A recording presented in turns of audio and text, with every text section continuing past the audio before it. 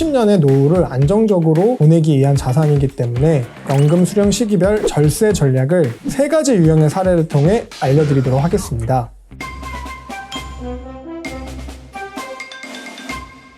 지난 시간에는 퇴직급여를 중간정산 받았을 경우 절세를 위한 방법인 중간정산 특례 제도와 연금 수령 한도 그리고 연차에 대해 살펴봤는데요. 이번 시간에는 실제 퇴직 이후에 연금 수령 시기별 가장 효과적인 연금 수령 전략에 대해 살펴보겠습니다.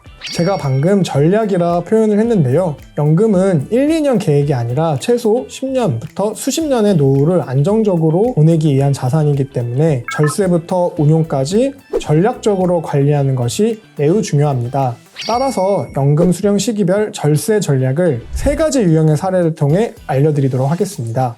퇴직급여를 수령할 때 가장 효과적인 절세 전략은 퇴직금을 일시금으로 수령하기보다는 10년 이상 연금으로 나누어 수령하는 것인데요. 하지만 개인 사정에 따라 퇴직연금 수령이 가능한 55세부터 당장 퇴직연금을 수령해야 하시는 분들도 계실 거고, 조금은 천천히 퇴직연금을 길게 수령이 가능하신 분들도 계실 겁니다. 첫 번째 사례는 55세에 퇴직 후 바로 퇴직연금을 수령하면서 최대한 빨리 퇴직급여를 모두 인출하고 싶은 경우를 살펴보겠습니다. 계산의 편의를 위해 퇴직급여가 10억 원이고 근속연수가 20년이라고 가정해 보겠습니다. 55세가 되는 해에 연금 수령 6년차가 되므로 10년차가 되는 59세까지 5년간 나눠서 인출할 수 있습니다. 위 사례를 통해 살펴보았을 때 퇴직연금 소득세가 일시금으로 수령했을 때와 비교하여 소득세를 30% 절감할 수 있는데요. 금액으로 계산해 본다면 퇴직소득세가 약 5,780만 원 수준이 절감하게 됩니다. 두 번째는 55세 이후 퇴직연금을 바로 찾지 않고 더 많은 세제 혜택을 받고자 하는 분에게 해당되는 경우라고 할 수 있는데요.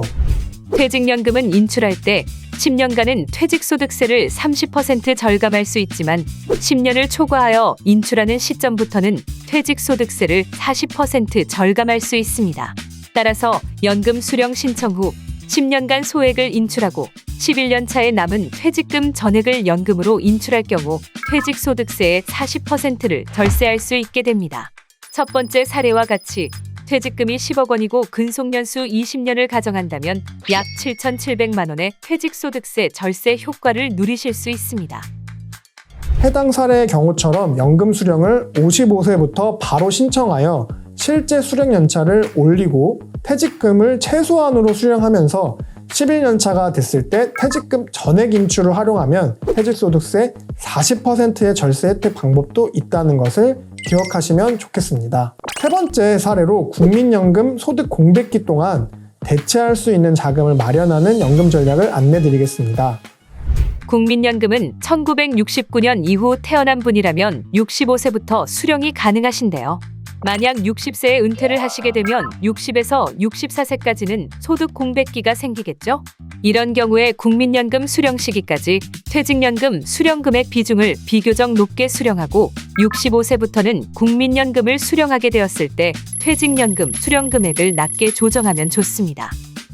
연금 수령 기간이 11년 차부터 퇴직급여 소득세 40%의 절세 혜택을 누리실 수 있기 때문에 필요할 때는 금액을 증액시키고 다른 소득이 발생한다면 퇴직연금 수령 시기는 늦출수록 좋겠죠?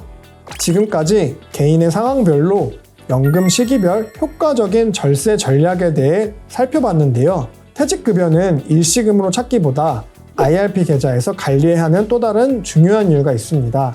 퇴직급여의 절세 효과뿐만 아니라 나의 퇴직금을 운용하며 발생하는 수익에 대해서도 절세가 가능하다는 점입니다. 만약 퇴직금을 일시금으로 수령하여 일반 계좌에서 예금으로 관리한다면 이자 수익의 15.4%가 세금으로 원천 징수된다는 사실을 알고 계실 텐데요. 만약 금융소득이 2천만 원 이상이신 분이라면 종합소득과세 대상이 되므로 더 높은 세율을 적용받으실 수 있습니다. 그러나 퇴직급여를 IRP 계좌에서 운용한다면 연금으로 수령하기 전까지 세금 납부 시기를 늦출 수 있어 이자 수익 전체를 재투자하여 복리효과를 누리실 수 있습니다. 또한 그 수익금을 연금으로 수령할 경우에는 이자 소득이 아닌 연금 소득으로 과세되며 70세 미만은 5.5%, 70세 이상 80세 미만은 4.4%, 80세 이상은 3.3%의 비교적 낮은 세율을 적용받기 때문에 이 또한 절세가 가능합니다. 물론 2024년부터 세액공제 혜택을 받은 금액과 그 운용 수익, 그리고 퇴직금 원금으로부터 발생한 수익금을 합산하여 연 1,500만 원을 초과하여 사적연금을 수령할 경우 종합과세 대상이 되는데요. 하지만 올해부터는 해당 금액은 16.5%의 분리과세 신청도 가능하므로 은퇴 재무 설계에 따라 다양하게 절세가 가능하다는 장점이 있습니다. 오늘은 퇴직 이후에 꼭 알아야 할 IRP 절세 활용법을 알아봤는데요. 앞으로도 IRP를 활용한 절세 방안에 대해 알아보는 시간을 마련해 보도록 하겠습니다. 여러분 모두 연금 부자 되세요.